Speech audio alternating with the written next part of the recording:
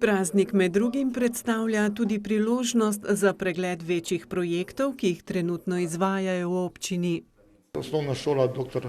Mihajlo Rostohar zagotovo, nadaljevanje dela na bazenu, novem bazenu, katerega pričakujemo gradbeno dovoljenje ob zaključku letošnjega leta, se pravi 2024 začetek dejansko gradbenih del, zaključek ceste G1/5 Drnovo-Krško, potem pa zaključek lovske ceste v Brestanici. Medtem ko prvi mož občine urejenost mestnih središč Krškega in Vidma ocenjuje kot zgledno, v prihodnosti načrtuje tudi urejanje obrobja občine.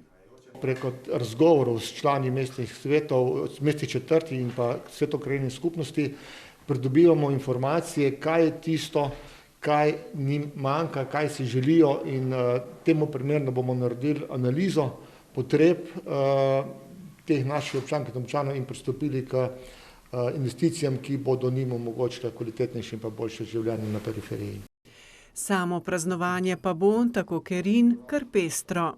S ciljem, da bi bilo to praznovanje čim boljše, uspešnejše, lepše, so naša društva, naše organizacije, javni zavodi, nazadnje tudi naša občina, pripravila 40 prireditev, katere pozivam občane, občanke, to je namen njim, vsem nam, da se jih čim širšem množičnosti udeležijo. Nabor dogodkov je obsežen. Od kulturnih, športnih, poučnih, pohodnih, skratka, težko bo kdo rekel, da za njega pa v letošnjem letu ni bilo nobene prireditve, katera bi bila namenjena tudi njemu, njegovemu okusu. Osrednja prireditev s podelitvijo občinskih priznanj bo potekala 7. junija na sam praznik občine.